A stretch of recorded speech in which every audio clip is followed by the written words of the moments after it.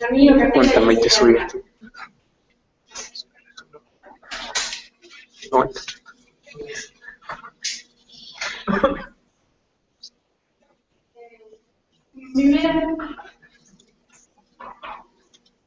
Como primera charla tenemos diseño bioclimático de viviendas multifamiliares en la ciudad de Cuenca. La dinámica es la misma, toco un minuto antes de terminar.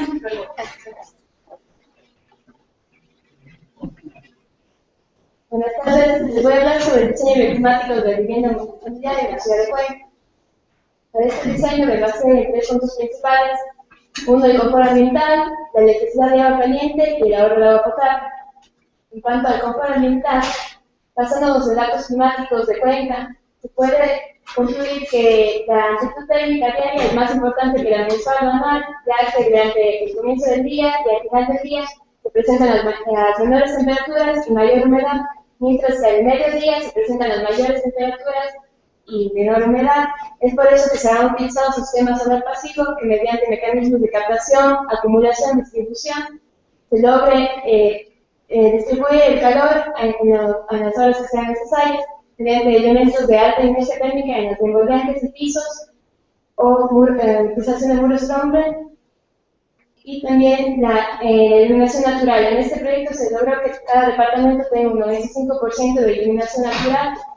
Mediante la orientación este-oeste, los espacios, como son las zonas húmedas ubicadas al este, reciben el sol en las mañanas, mientras que los espacios como las zonas de descanso y no social reciben el sol en la tarde. En cuanto a la electricidad y agua caliente, se utilizó un sistema solar pasivo mediante paneles solares térmicos y fotovoltaicos que capten la erosión solar y la transformen en electricidad y calor. Bueno, yo me estaba basando en el informe del SELEC, el 0041, donde decía que había manifestaciones de que apoyaban la producción privada de energía renovable. Entonces ahí, según esto, resultaba factible económicamente los sistemas fotovoltaicos conectados a la red, ya que de esa forma el kilovatio hora nos pagaría 40 centavos, mientras que actualmente estamos pagando 8 centavos de kilovatio hora en electricidad. En cuanto a los paneles térmicos, se los utiliza de manera que abastezcan al 60% de la demanda y reducen el 40% del consumo de gas. Estos paneles no son, ni los fotovoltaicos ni los térmicos, son muy rentables económicamente actualmente en Ecuador, debido a los subsidios que existen al gas y a la electricidad. El agua potable, según la Organización Mundial de la Salud, nos dice que es necesario de entre 50 y 100 litros de agua diarios por persona, pero en Cuenca utilizamos alrededor de 220 litros por persona al día y utilizamos agua potable en actividades que no son necesarias. Es por eso que en este proyecto se ha reutilizado las aguas residuales y el aprovechamiento de agua y lluvia se ha logrado un ahorro del 30%. Las aguas residuales son las provenientes de duchas, lavamanos, lavadoras, que después de pasar por un sistema de tratamiento se dirigen a llegar a las cisternas de los inodores. Esto con un sistema de selecciones especiales. En cuanto al agua y lluvia, estas se utilizarían en sistemas de riego, limpieza de espacios comunes, de agua de auto, ya que Cuenca se considera que tiene precipitaciones altas y solo tiene un periodo de sequía que va de ahí con el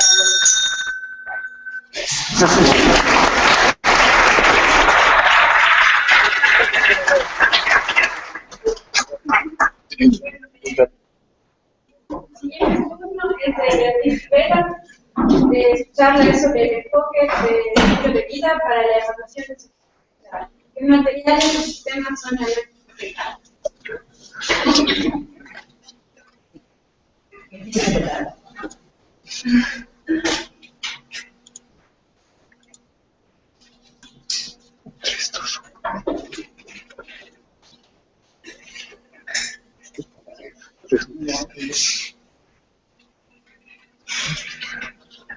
Unas gracias.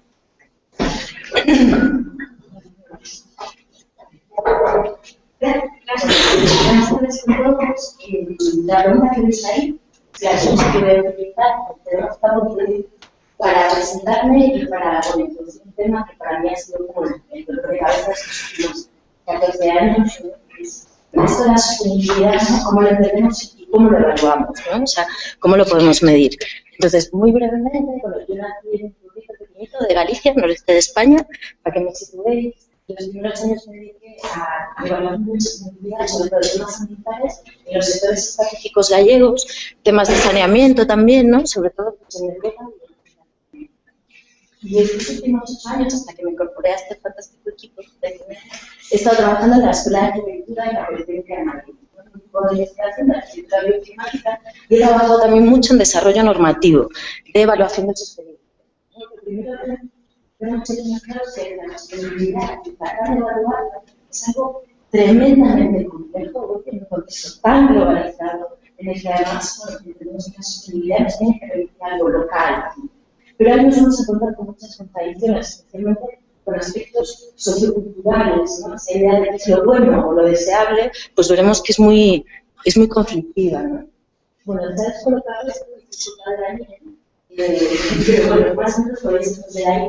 Si es compleja la sostenibilidad, es especialmente compleja y conflictiva como hablamos en arquitectura. O sea, se utilizan muchos términos y se manejan muchos términos, ¿no?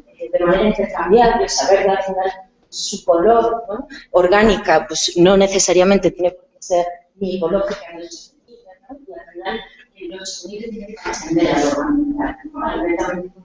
Pues tenemos que pensar en un entorno natural y social. Porque si esto tenemos una dicotomía falsa entre tradición y tecnología, ¿no? Que parece que tenemos que elegir, ¿no? Si somos de bioconstrucción o si somos de nada más absurdo, ¿no? Que no aprovechar las nuevas tecnologías. ¿Cómo se están haciendo las cosas? Muy mal. En temas ambientales, pues analizamos unos poquitos indicadores y en temas sociales, pues, bueno, dramático. Entonces, ¿cuál sería la idea? Pues muy de sentido común. Tenemos que analizar un sistema, entendiéndolo como un conjunto de tablas, ¿no? Que forman una narrativa sobre las que tenemos que aplicar datos y modelos, ¿no? Entonces, bueno, a nivel concepto, es el enfoque de vida, tenemos métodos y modelos para las diferentes dimensiones y además utilizamos herramientas como bases de datos y software. No podemos analizar aquí ahora pues, cómo tendríamos que hacer el análisis ambiental y termino ya o sea, con dos noticias, ¿no? Si queréis, una buena y una mala. La mala noticia es que hay límites, ¿no? Y es un tema que está de manera recurrente hoy. No hay materiales sustentables, no hay, es decir, renovable no es sinónimo de inagotable, tenemos los límites físicos y tenemos que hacer las cosas de otra manera. Tenemos una buena noticia también, que es que para las cosas realmente importantes no tenemos límites. Y la arquitectura se materializa en la construcción, pero tiene que trascender mucho más allá. Entonces, es nuestro trabajo y es nuestra responsabilidad también.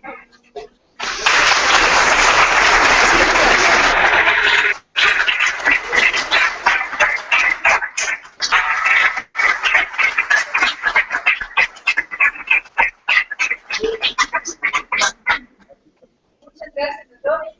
Ahora con el tema relacionado, invitamos a Mari Cabrera, que nos hablará sobre la innovación en las casas derivadas de caña guandúa en Ecuador. Bueno, como consorcio Celdas y Mar, preparamos un video para socializar esta experiencia que articula la dirección arquitectónica, ambiental, cultural y económica de Ecuador.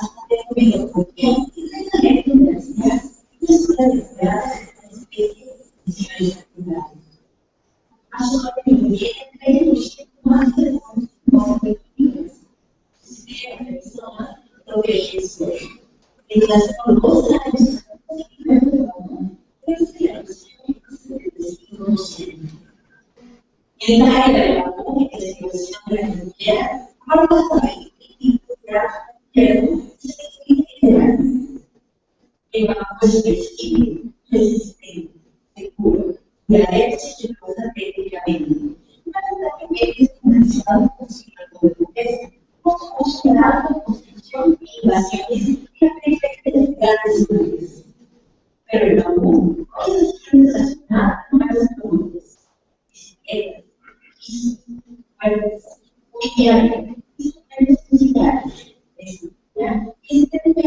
comunes. En Ecuador existen más de 300 casas construidas con bambú, 8% del total de las viviendas del país. La innovación de las casas privadas busca mejorar la viabilidad del común y las vulnerabilidades de los efectos del cambio climático.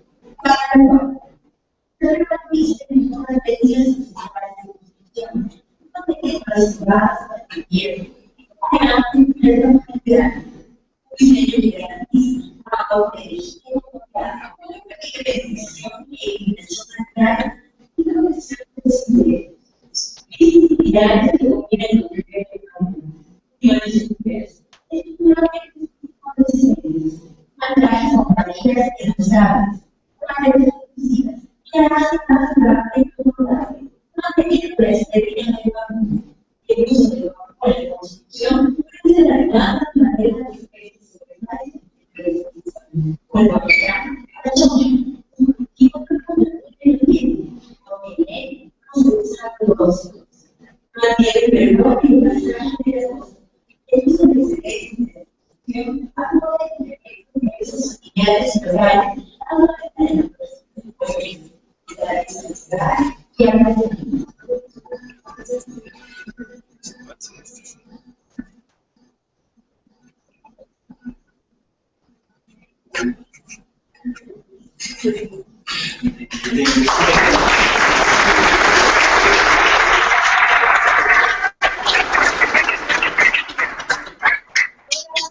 Charlas sobre el comportamiento técnico del sistema de potente de viviendas, el sistema constructivo tradicional versus el sistema constructivo convencional.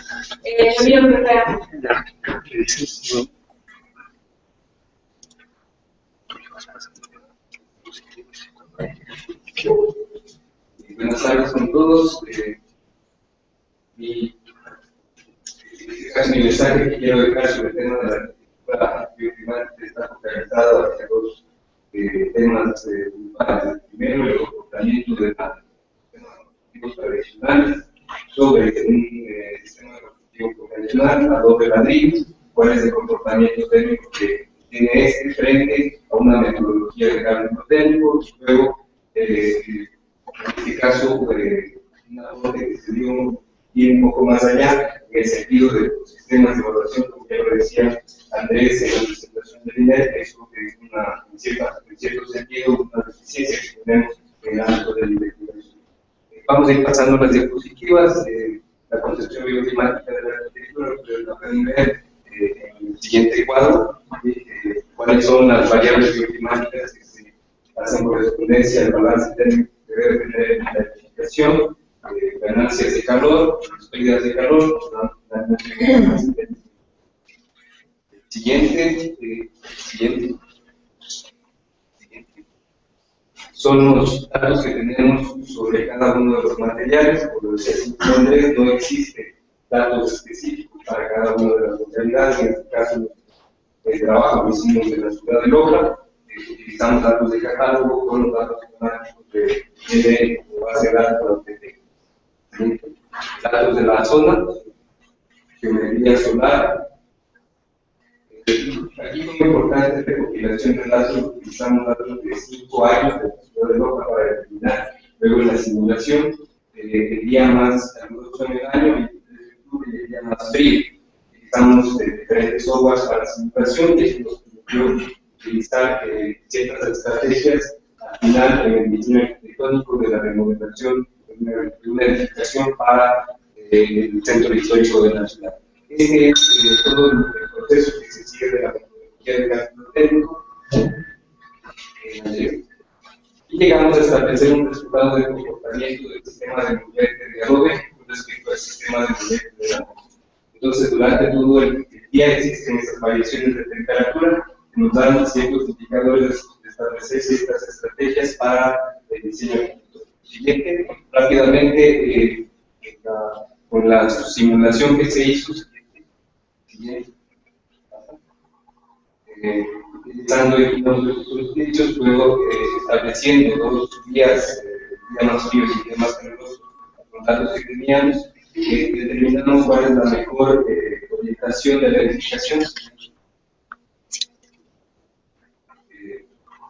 diagramas psicométricos, y este es el ejercicio ya que trabajamos para los de ahí respondíamos una pregunta puntual, problemas de simulación, utilizando en este caso seguro el número urbano y cuáles son las estrategias que se aplicarían en el tema de diseño.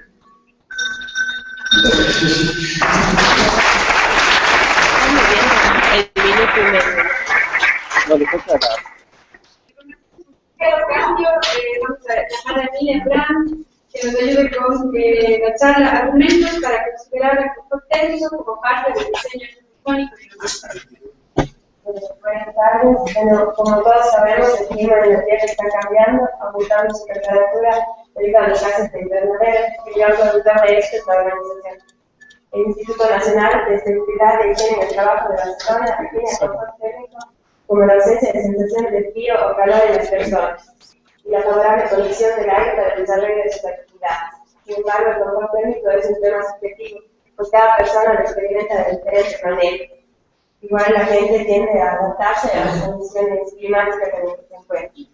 El objetivo de la arquitectura y el urbanismo es generar espacios de confort a la mayoría de los usuarios.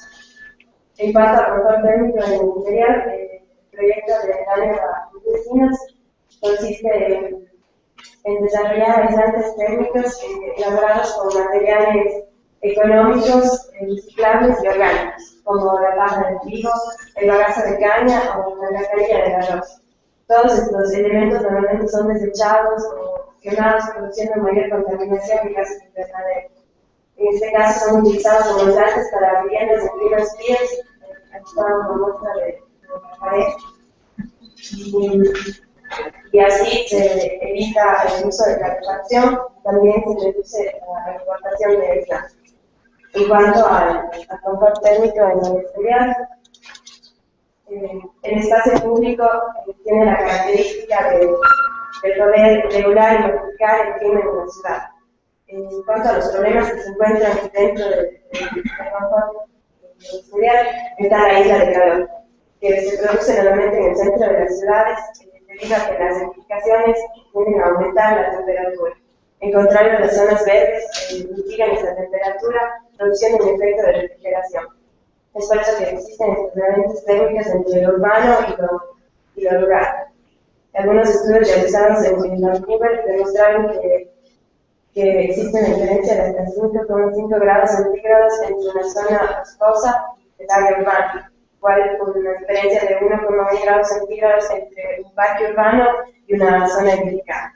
Otros estudios realizados en Mendoza, Argentina, demostraron que existe una diferencia de hasta 15 grados centígrados entre una zona hormigonada expuesta al sol y una zona forestada bajo la sombra de un árbol.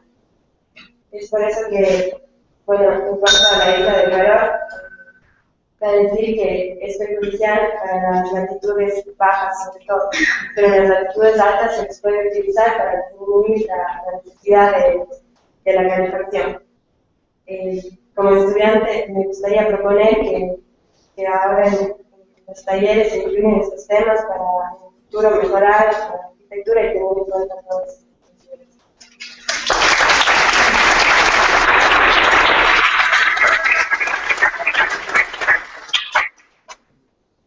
Para finalizar el bloque, invitamos a Gabriela Barragán que nos acompañe con su charla sobre el contenedor como elemento urbano, reciclaje y reutilización. Y le acompaña Gabriela Barragán.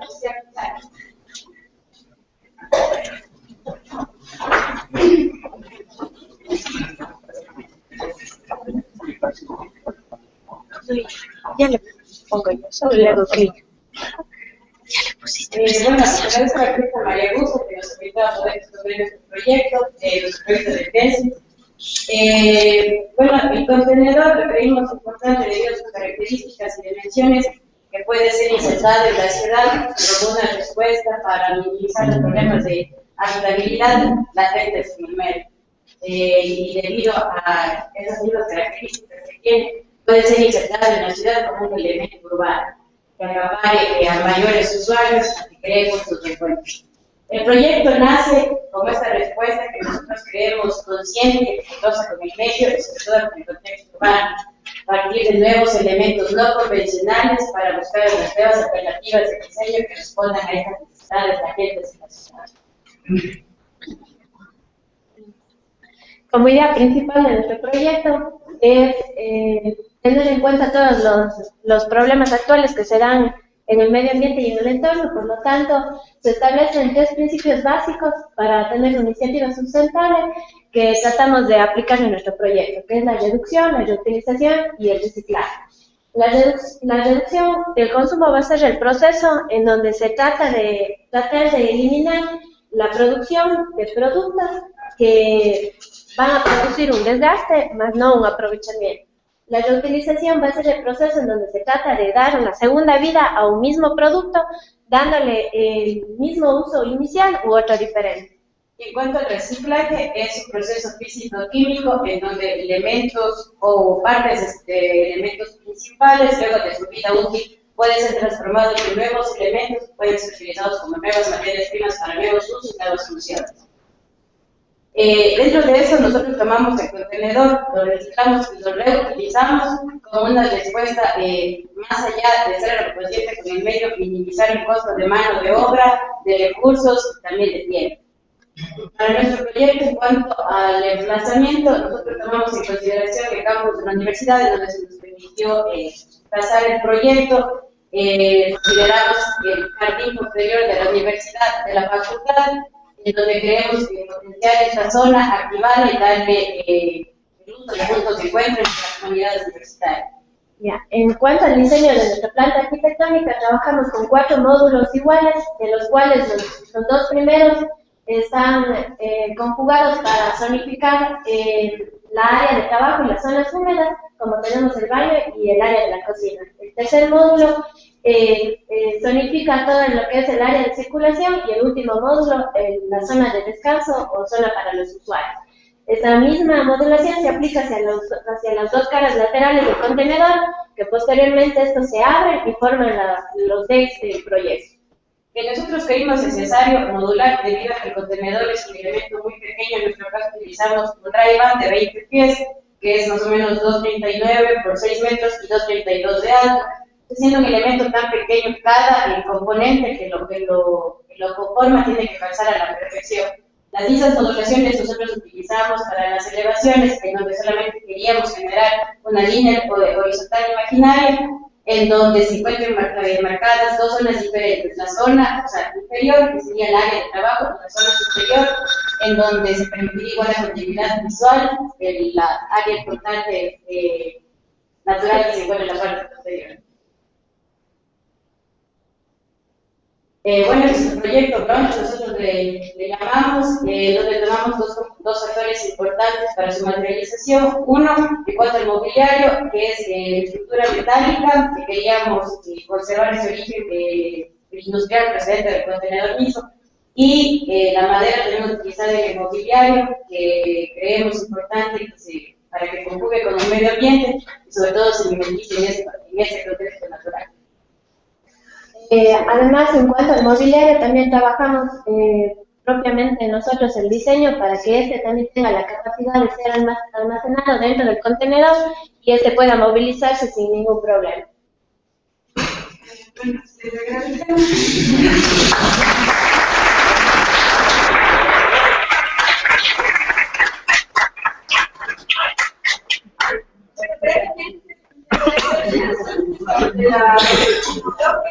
Donde se ha hablado por una parte de la facilidad de incorporar sistemas alternativos en la vivienda. Se ha hablado sobre la sostenibilidad y cómo medirla, que es un tema sumamente complejo e incluso llega a otros usos culturales. Se ha hablado también de construcción con materiales alternativos, con materiales naturales, con la caña guatúa, otros materiales que se utilizan como desecho o la paja. Se han mostrado aquí algunos ejemplos, alguna investigación que se ha avanzado ya en la exploración de estas alternativas. Finalmente, nuestra bien que se ha preparado recién, donde arquitectas nos han mostrado un ejercicio de cómo reutilizar un elemento, en este caso, un contenedor. Bueno, ahora abrimos el espacio a la intervención de ustedes. ¿Quién da? Bueno, me parece súper importante como comentario. La arquitectura está cambiando un poco la forma de ver la arquitectura. Ya no es tanto la arquitectura del ego y de tratar de hacer la arquitectura estrella, sino se está generando ya la arquitectura sí, medioambiental. ¿Viste? Toda esta rama. Entonces, creo que el primer paso es que nosotros como arquitectos tomemos conciencia de eso. El segundo paso sería pensar cómo llegar a la gente, a que tome conciencia de la importancia de la arquitectura, con conciencia de la arquitectura.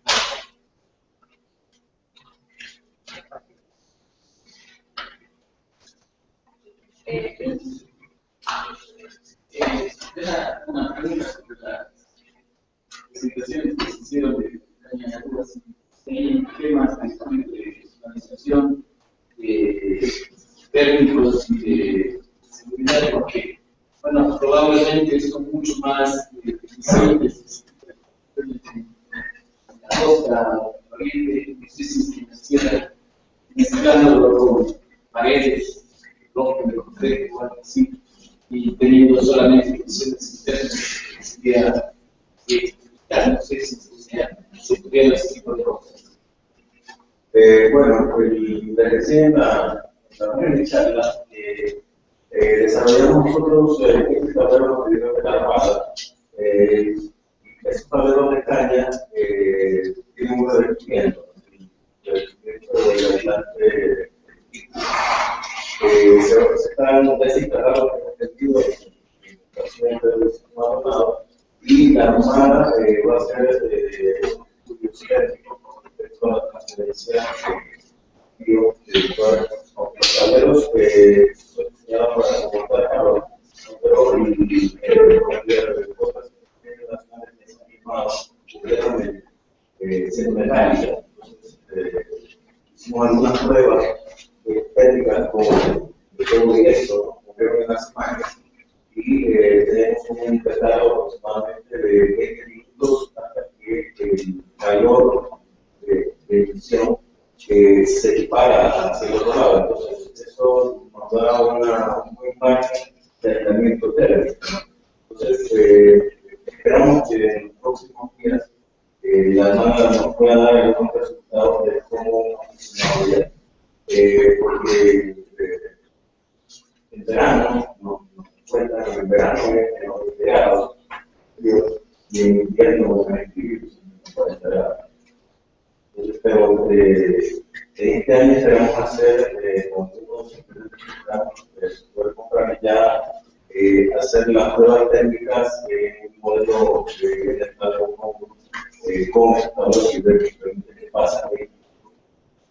Actualmente lo que está instalado en el público local es el centro hospitalario y se comporta muy bien. El clima no tiene problemas de la temperatura.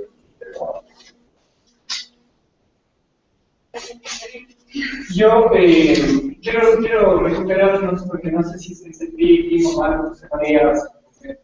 No sé si se fue una crítica o una preocupación precisamente hacia los sistemas conflictivos con materiales, con este tipo de materiales. No sé si se habla algo de eso, porque antes, bueno, no. Sí, pero sí, entonces no sé un poco si es que esto aporta un poco hacia donde va. También lo que ha tocado ver sobre el ciclo de vida, es decir, la pregunta qué tan sustentable es lo que llamamos sustentable. Traer un poco esos dos pies de discusión. Sí, No, no era una crítica de la caña boluda. La caña boluda es de las pocas cosas que parecen un poquito más sustentable como material industrial. Igual que la madera, si es bien trabajada, puede más o menos también puede ser una alternativa material que no es extractivo dolorosamente de huella de carbono. El tema es el límite hacia en cuanto podemos estar trabajando por la caña boluda. Yo me imagino construcciones rurales, construcciones de la costa, etcétera, pero pasar por la caña boluda a construir una ciudad densa, que sabemos que es más ecológico que una ciudad más ruralizada o más dispersa, tener más dificultades para poder encontrar ese camino. Que tendrá que haber. Ahora, yo creo que, de todas maneras, para poder responder a nuestra comunidad positiva a lo que es un interrogante súper dinamitero y cabrón, solo para poner el tema sobre la mesa. Es un tema nuestro. ¿Quién era que nos había dicho una española? Porque hay una española aquí, ¿no?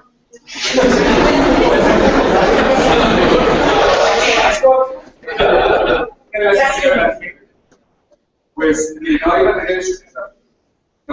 No, puede que lo haga, puede que en el futuro la capacidad de innovar permita encontrar un material sustentable que realmente no tenga efectos secundarios. Hasta ahora todos los que ha habido tienen efectos secundarios terroríficos. La famosa bacteria Pasteu, no sé qué vainas, genera una acidez brutal que emite más de 350 veces problemas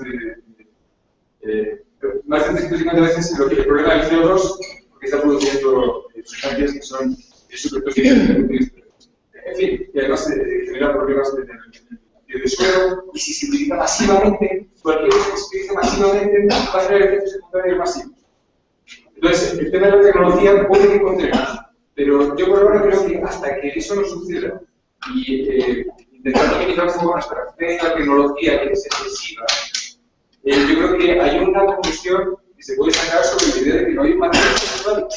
Y es que si no hay un material sustentable, lo que tenemos que hacer es menos. Lo que tenemos que hacer este rato es trabajar sobre la austeridad. ¿Cuántas cosas podemos no hacer de lo que hacemos? ¿Y cuánto de eso nos puede permitir además que tengamos una austeridad feliz? ¿Cómo dejar de claro recoger la bicicleta? Ese cambio de mentalidad ya podemos hacer en la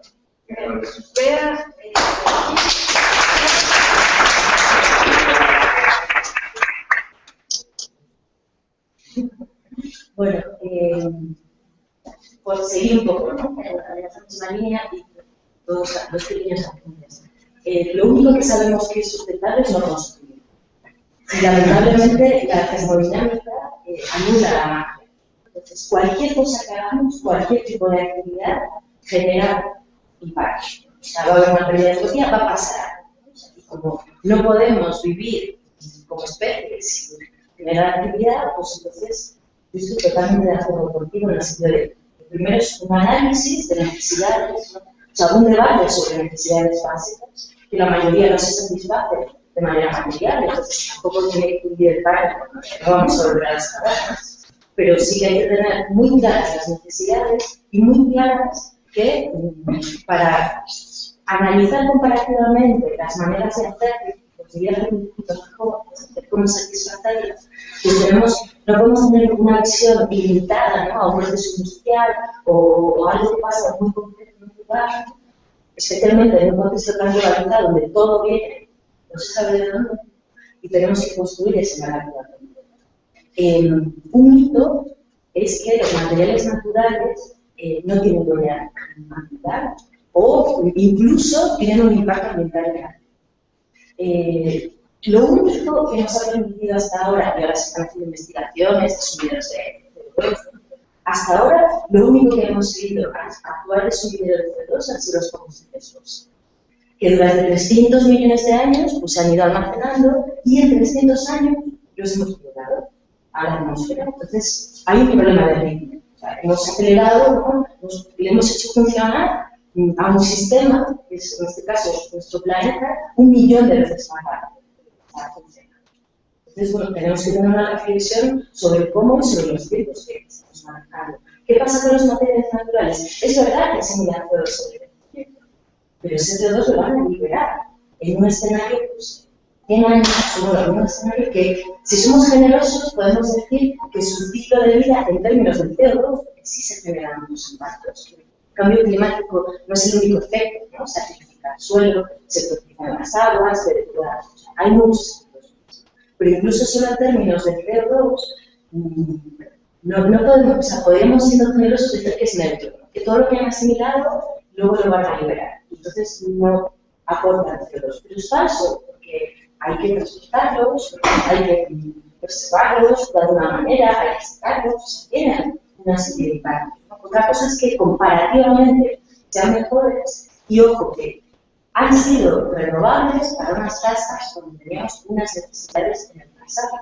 Hoy en día ya no podemos dar respuesta a las demandas de la sociedad actual con la superpoblación que encima está. Entonces, o sea, tenemos un desafío enorme de ver cómo nos vamos a apoyar para sobrevivir en un planeta que sea habitable para la especie humana. Los volcanes, las mareas, ¿no? Y muchas formas de vida que van a permanecer en conflicto. Sí, pues para supongo que a mí siempre las sustentabilidades yo tengo un poquito de reserva. En realidad, no sé hasta cuánto es sustentable lo que puede ser sustentable.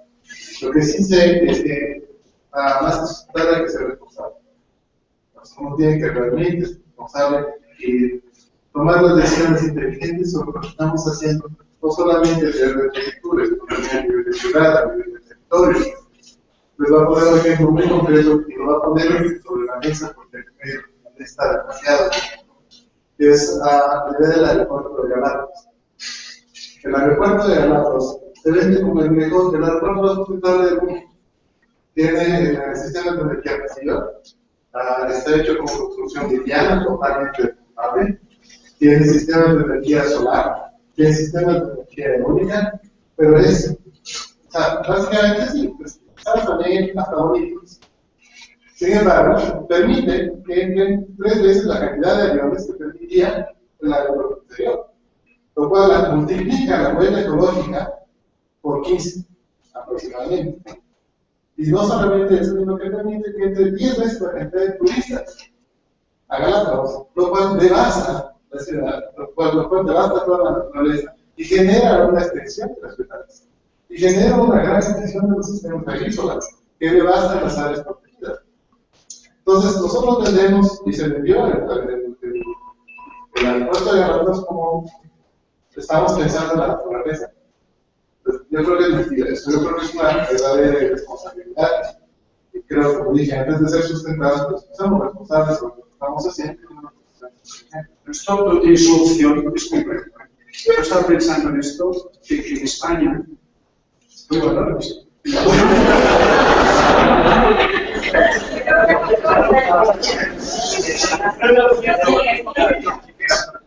En España alguien me dijo, ¿sabes quiénes son los mejores ecologistas de la historia de España? ¿Qué personas? Los ecologistas, o sea, los movimientos, no, los militares y los terroristas. Las grandes reservas que ha habido en España eran los gobiernos de tiro de los militares, no dejaban entrar. Es cierto, esto se debatió hace unos cuantos años cuando esto se liberalizó y se dejó que el público accediera. Gran error. En el momento en que tú permites que masas de población, que es lícito, accedan a los sitios. Lo mismo pasa con las grandes propiedades de los famosos terratenientes. Claro, es complejo todo esto que estáis hablando. Realmente da mucho que pensar. Es como que los médicos dicen, no, lo vamos a curar hasta que usted, oiga, yo no quiero ser inmortal. O es que nuestro fin es inmortal, el mundo es finito. Va a sucumbir, no sé cuándo. Se haga realista. A ver, para concluir, tenemos 3 intervenciones más. Francisco, José. Bien, gracias. Bueno, pues empezando del aeropuerto, creo que a lo mejor les iba a contar. En mi tesis de arquitectura, de arquitecto, hicimos el tema sustentable y sostenible en una parcela propietaria en la carta. Y efectivamente, cuando realizamos el estudio ecológico, paisajístico, todos los necesarios, suficiente, mejor era pero si se quería hacer lo mejor para el lugar, era más caro.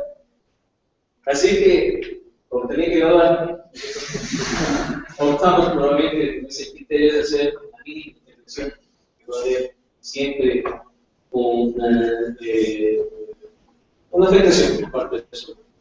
Así que, tomando y destacando más bien también la intervención de INEC,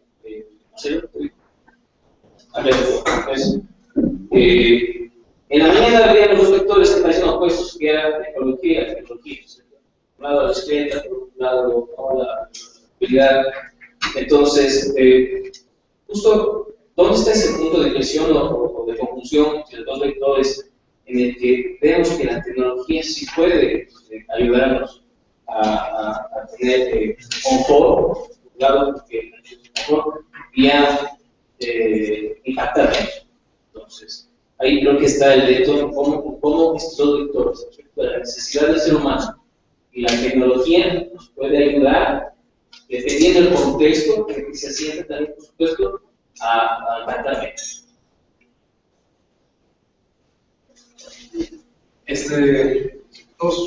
Dos cosas. Una pregunta para Miguel Montero y este comentario.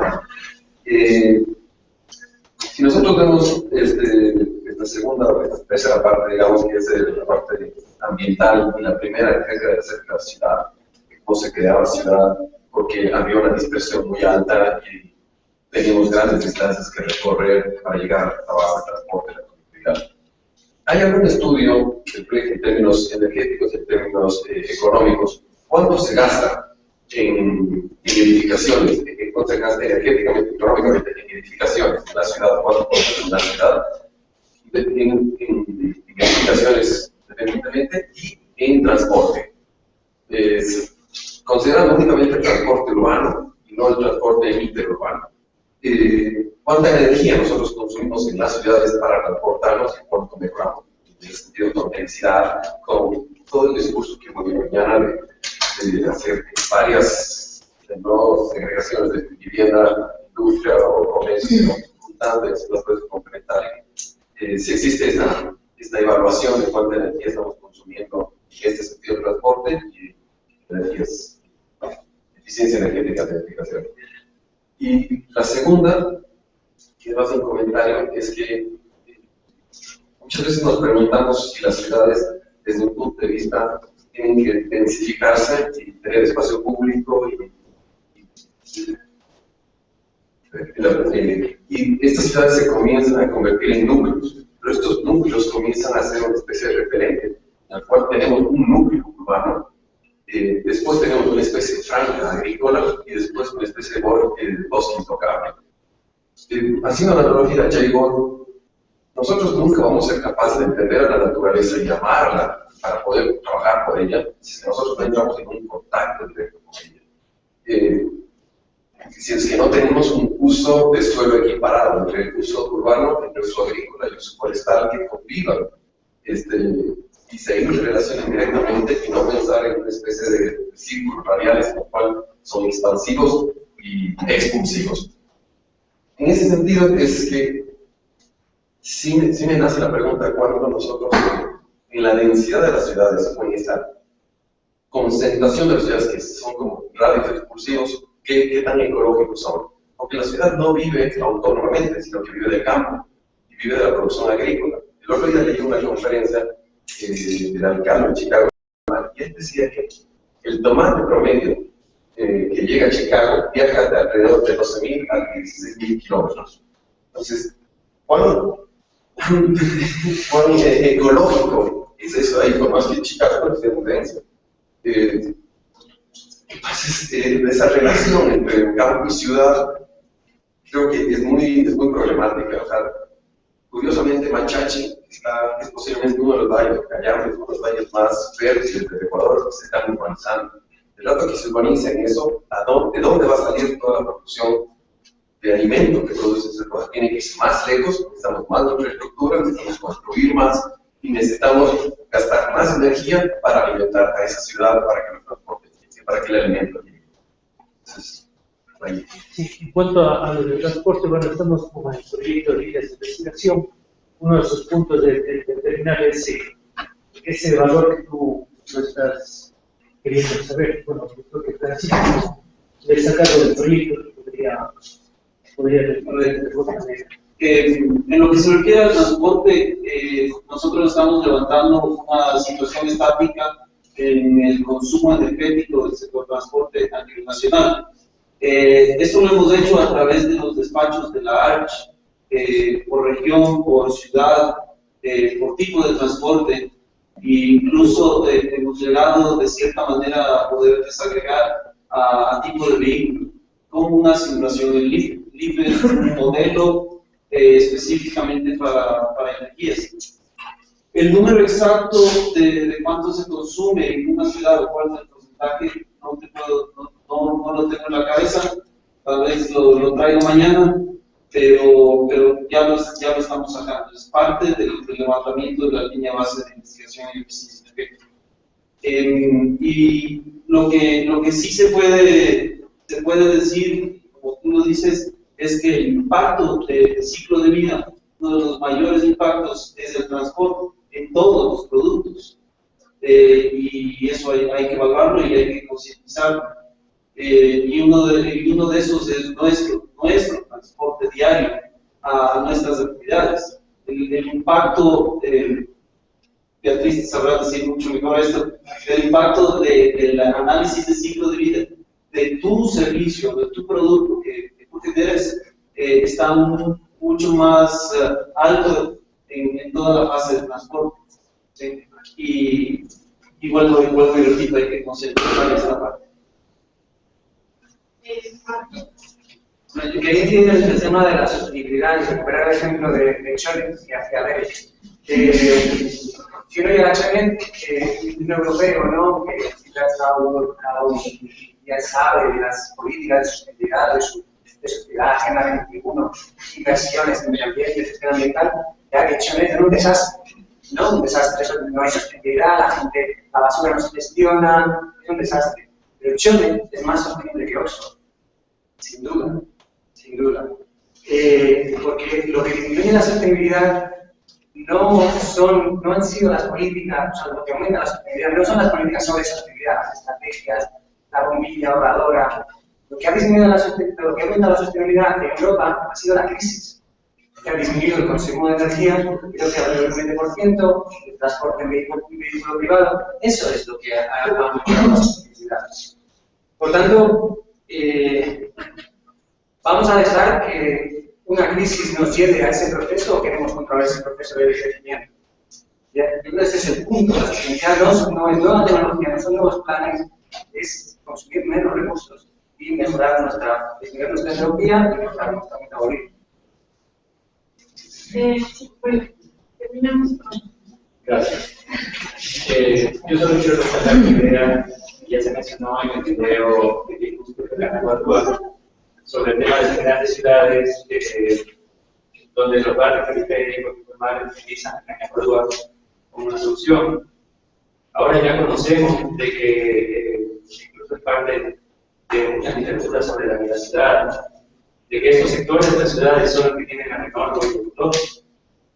Entonces, solamente quiero sintetizar la idea de que nosotros los arquitectos todavía tenemos mucho por recorrer en el aprendizaje de esta zona, de las ciudades que están ahora. Bueno, agradecerles a todos por la presencia y agradezco sumamente expresada, creo, la información. Yo quería cerrar como pequeño comentario que a lo largo de las distintas intervenciones me llamó la atención, es un tema recurrente, hablar de la dimensión sociocultural, hablar de la mentalidad y el comportamiento del ser humano, que tal parece ser que es el centro de muchas de las reflexiones que nosotros tenemos el día de hoy. Es decir, hay una parte que supera lo técnico, ¿sí? Y eso es lo que a mí me ha llamado mucho la atención, y de ahí la fuerza de esta idea que ha sido a lo largo del proyecto de investigación, que es ir sumando otras disciplinas, pero con una idea de transdisciplinaridad, es decir, de ir poniendo todos el hombro y sacando el proyecto.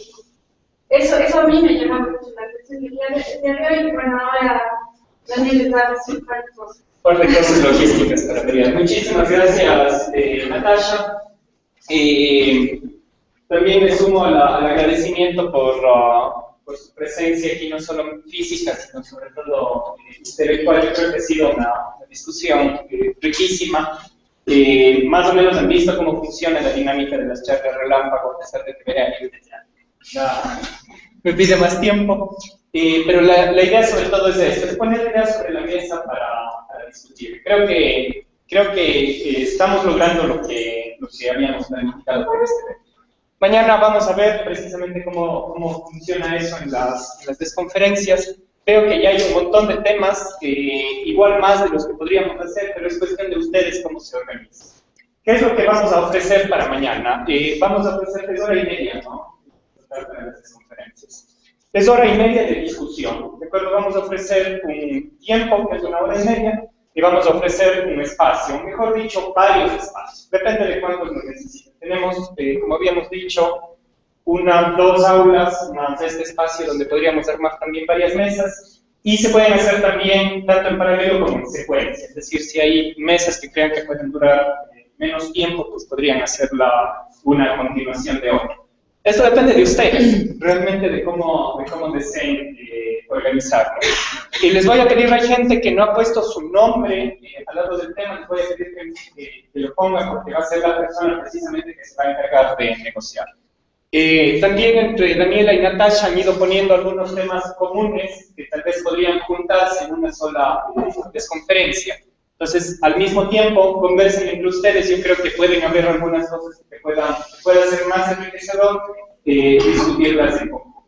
Eso lo pueden hacer, si quieren, ahora mismo, lo pueden hacer después del momento que les vamos a indicar, o lo pueden hacer también mañana por la mañana hasta el momento del receso. La idea es que una vez terminado el receso, nosotros vamos a organizar eso y vamos a poner ya los sitios de las aulas donde va a estar cada vez.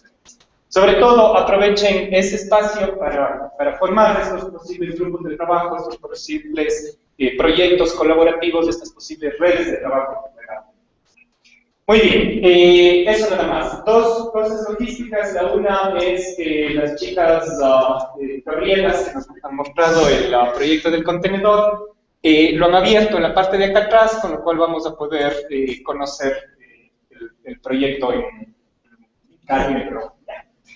Y la segunda también tiene que ver con la carne propia, y es que hay una invitación, una propuesta para hacer una desconferencia ahora mismo, luego en un bar que se llama República Sur. La propuesta sería directamente ir todos desde aquí. Para los que no son de Cuenca y no conocen, podemos dividirnos en grupos, llevarnos, estamos en carro, bicicleta también se pueden subir, y podemos ir todos juntos. Si usted quiere ir por su cuenta, el sitio está localizado en el Paseo 3 de Noviembre y Bajada de Todos Santos. Es muy cerquita del Puente Roto, que es un sitio de la ciudad que todo el mundo conoce, es muy fácil llegar. Pero sobre todo el que nosotros somos muy amables, les podemos llevar hasta. Con eso, les agradezco muchísimo. Mañana, por favor, 9 en punto, les ruego en punto para poder continuar. Hoy día hemos estado de forma impecable con el horario.